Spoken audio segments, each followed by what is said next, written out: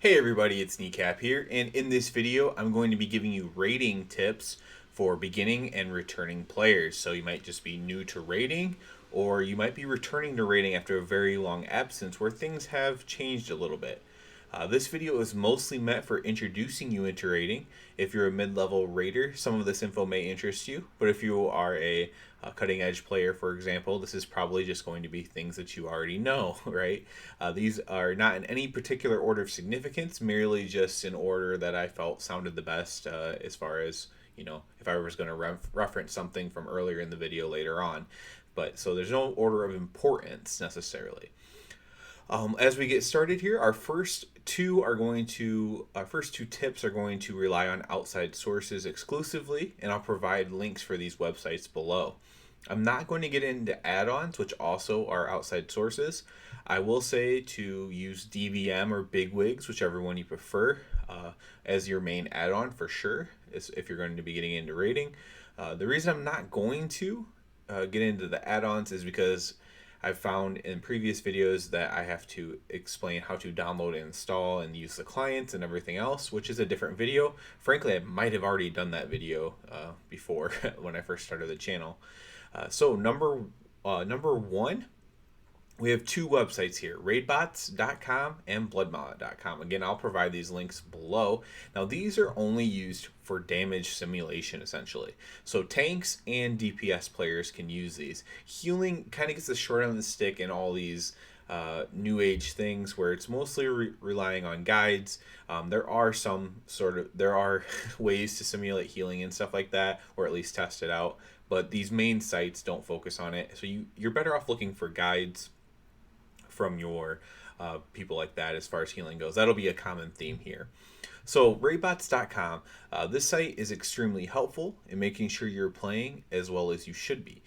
Here you can simulate your character while changing a variety of options to make it close to the specific fight you are simulating as you can. So if you are simulating a fight, it's going to take your guild or group roughly 5 minutes to kill it. You can set it to 5 minutes, and you can change the variations. Is it a standstill fight? Is it a movement fight? Is it a cleave fight? There's all kinds of things you can change. Or you can just do a general simulation, see which gear is best overall for you. So you just keep it as the base setting and just to see which gear is best. A lot of players aren't using their best gear that they even own. You can use the SimC add-on. Again, I'm not going to explain add-ons, but you can use the SimC add-on to pair with this website, but you do not have to use it. It does update your character automatically from the armory after you log out. You just have to kind of wait for it. The point of this is to find your best gear possible for different scenarios, your best food possible, best potion possible. You can also simulate all that kind of stuff as well. Blood Mallet, again, this is for damage only. Here we have all the rankings of the different systems. In BFA, for example, you could see which trinkets, essences, azurite, corruption, and racials were best for your spec. While you still want to simulate using raid bots, this gives you such a valuable template of the things that you could be targeting and loadouts you should be using. Loadouts meaning you're like in BFA, again, that'd be like what essence combinations should I be using? And generally speaking, again, you go back to the main simulation, but this gives you targets. Again, this doesn't override a simulation on your specific character. It is more of a template to use to make things easier for you. I find it especially helpful at the beginning of patches, for instance, maybe targeting which trinkets might be the most useful for me. So that's something to keep in mind there. Our second one in outside sources is warcraftlogs.com. Unlike the previous two sites, you can actually get tips for your healing here as well. Here you can see how you're specifically stacking up against other players playing the same spec as you on the same encounter. This is important to make sure you're not doing gray parses, which is the 25th percentile and lower, or even green parses, which is 50th percentile or lower. You really should be aiming for blue at minimum, even if you are a beginner. That's what you should aim for, right? Obviously, I mean, you should aim for as high as you want, but you shouldn't be content with the low one, even if you're a beginner. If you're a lower, you can go look at other people's parses. So you just go to the boss fight and you go to the boss that you're doing, look at the other parses for your specs. Let's say you're like an elemental shaman, and you can look at what they are using at the top end. You can see when they're using their cooldowns by clicking on them and actually looking at where they use their abilities, what potions they're using, the trinkets they use for that fight, like the talents they use for that fight. In Shadowlands, you could see, and you can expect to see things like Covenant, Conduits, Soulbinds, things like that will probably show up on the Warcraft logs. Uh, Now, copying someone else's won't always work. They may have better gear than you, for example, or just items that you don't have. You're a beginner, so you're not, able to get some of these items.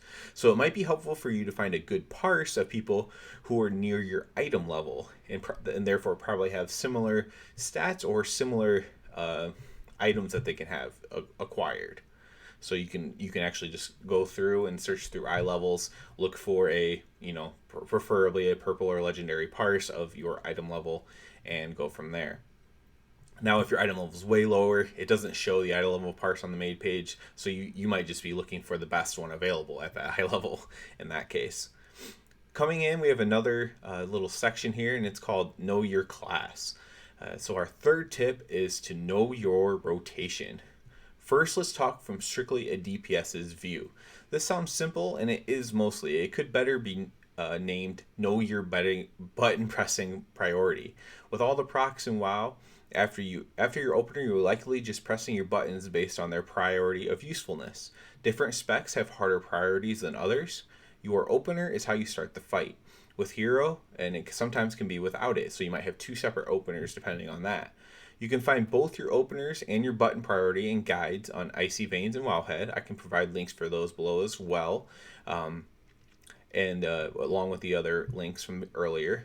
These are figured out by testing them and seeing what will give the highest damage. So you literally figure out, people who spend time doing this figure out the exact rotation or button priority that's going to do the most damage. Sometimes it's very obvious and sometimes it isn't.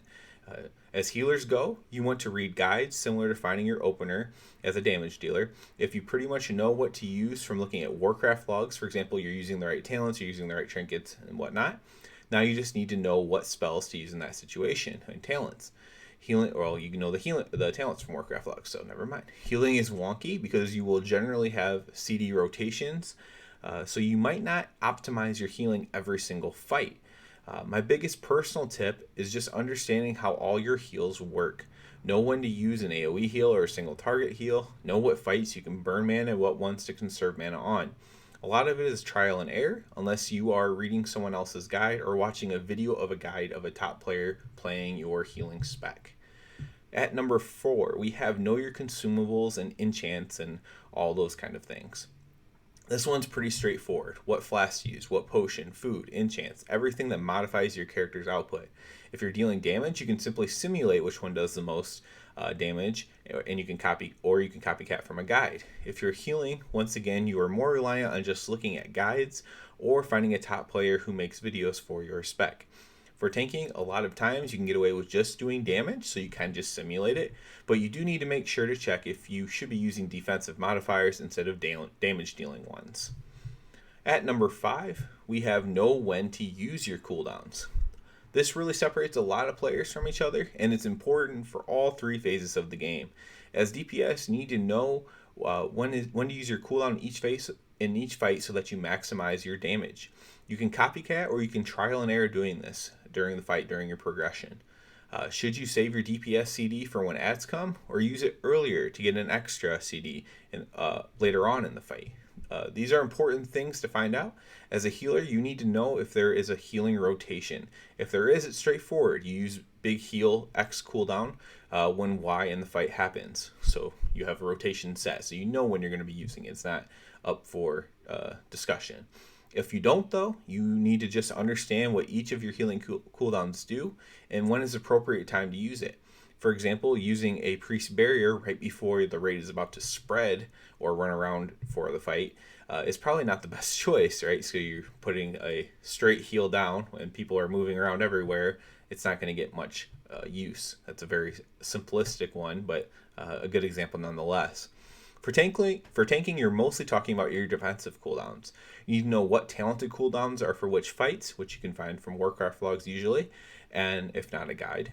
And when you really need to use them, when you have X stacks of a debuff, for example, maybe you need to use a big cooldown to take one more stack. Maybe you need a specific talent for one specific boss who has a wonky ability. It's another very possible situation. At number 6, we have study and know the fights. This might be the least fun, but it is important nonetheless. The absolute minimum you should do is read the dungeon journal, or raid journal in this case, on the fight and know the abilities and what you're dealing with. There are written guides for each boss that you can find on multiple sites just with a quick search. You can find them on the main sites, you can find them on specific guild sites. All kinds of sites will give you a guide on what to do.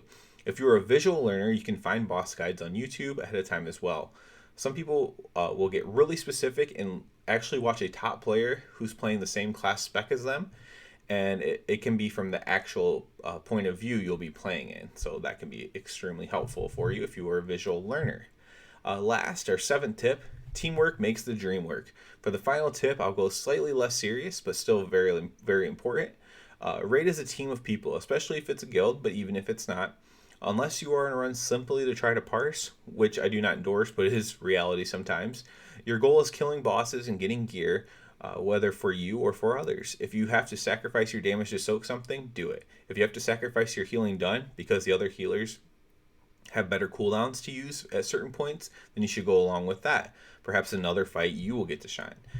Being willing and able to switch specs can be deeply important as well. Certain specs are better for certain fights. Some people only play one spec, and that's okay too. But the better teammate you are, if you are also following the 6 previous tips, the more major value that you have. Ask yourself, what could I be doing to help the raid succeed? And as I have talked about, logs and parsing and stuff like that, it is important to know that if your goal is just to kill the boss, you might not get to parse your best parse, even on the kills. You might have to soak something you don't want to soak. You might have to do something you don't want to do that decreases your output. You might have to make up for healing, you might have to, as a tank, take a bunch of defensive stuff when most people use offensive stuff for a certain fight. Everything is fluid. Be the best teammate you can be. This is very important. It's not a serious tip, but it is something that everyone could use as a reminder. That's it for this video, 7 tips. I do ask you to please subscribe to the channel because it helps me out so much. And other than that, everybody have a good one.